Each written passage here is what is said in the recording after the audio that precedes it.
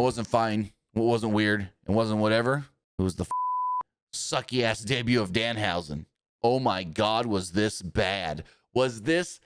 I'm going to read you guys a tweet that I sent out that is so apropos. I'm going to read you this tweet. Hold on. Let me go to my Twitter, because this was exactly what I thought was going to happen. I may not have worded it 100%.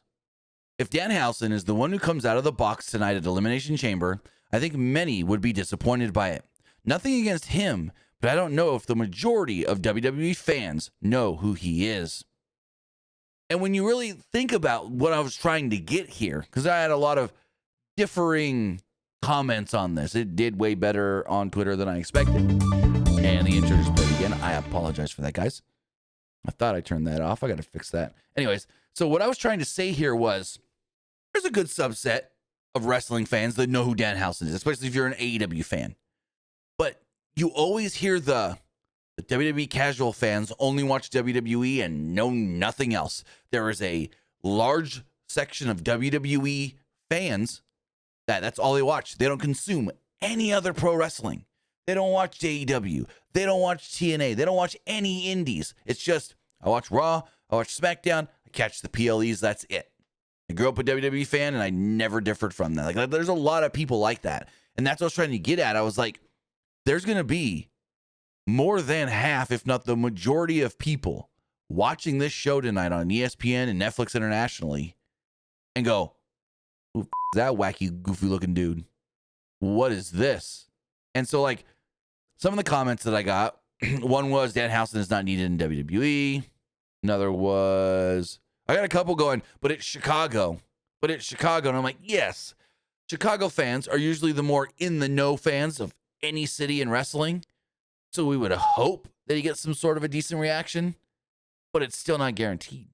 And the person goes, nah, majority won't know. And I go, that's exactly what I was trying to say.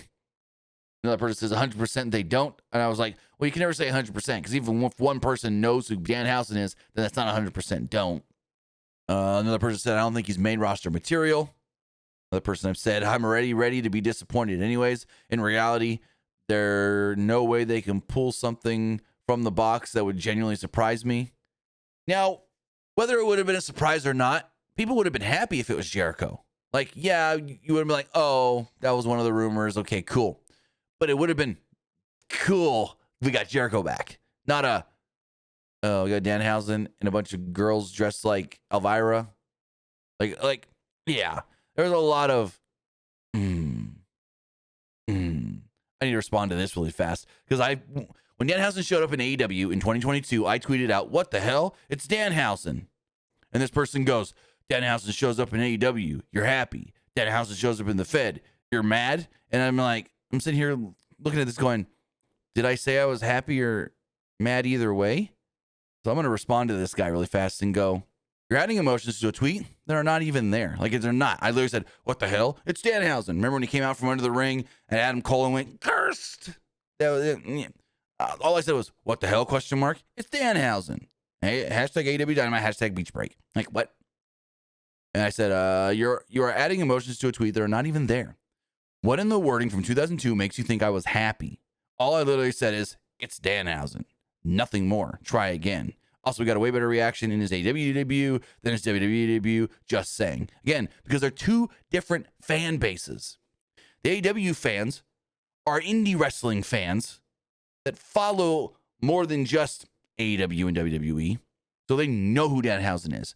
Again, there are a lot of casual WWE fans who don't follow any other wrestling, but don't know who the frick he is. Anyways, so Mystery Crate. Well, actually, we're getting a wide shot of the building.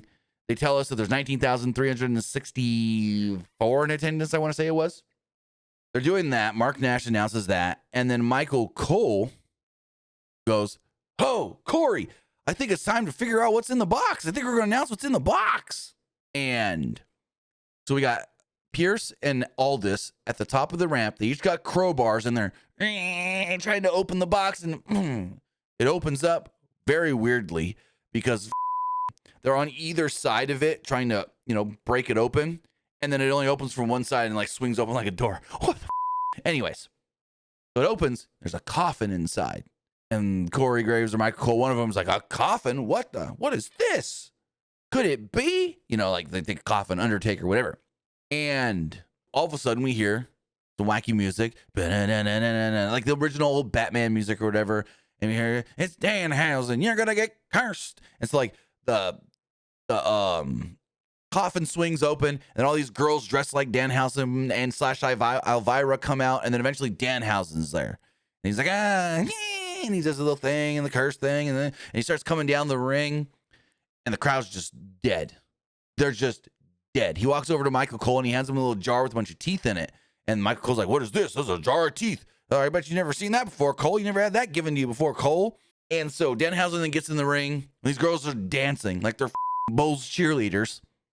And then Danhausen's in the ring. He's like, and then like smoke comes from in front of the ring and everything, right?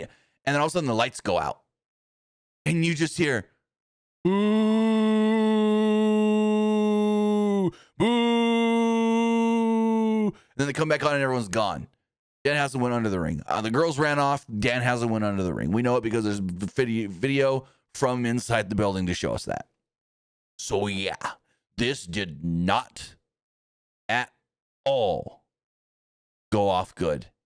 I don't know what the plan would be for Danhausen. I think if anything, he needs to just be an NXT lifer, because this gimmick is going to die on the main roster.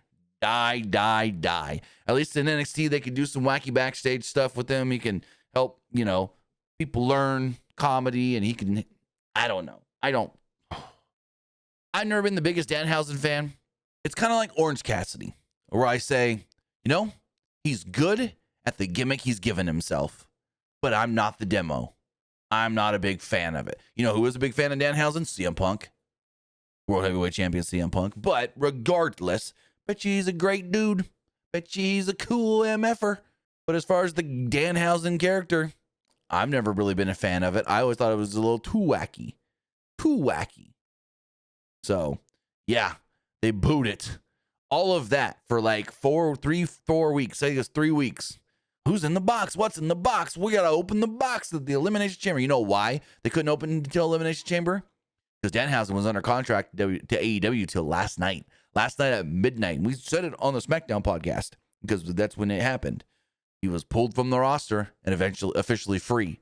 So, I'm just going to say right now, Tony Khan going to start whining that they were contract tampering. They were talking to a guy under contract to me before he was not under contract, because technically, legally, they shouldn't be able to talk to Danhausen and set this up early, like as early as they did.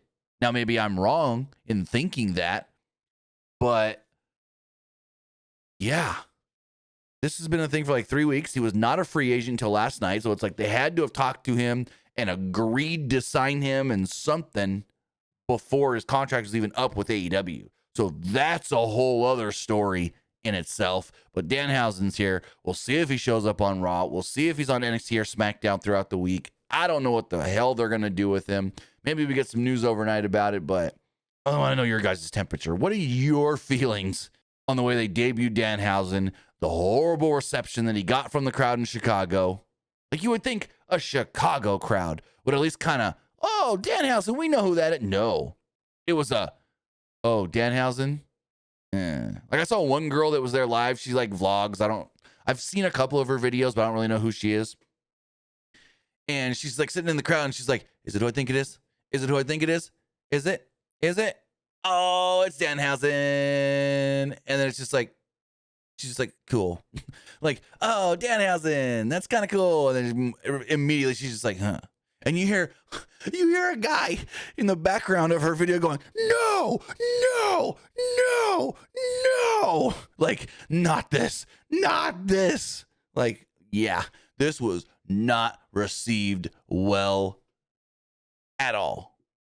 And then, like, they interviewed Triple H about it after the show on the post show, which Triple H did not go out in front of the crowd and barely spoke about this show, which is very weird.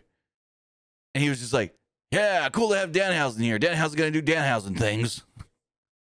Okay. Sure. Whatever.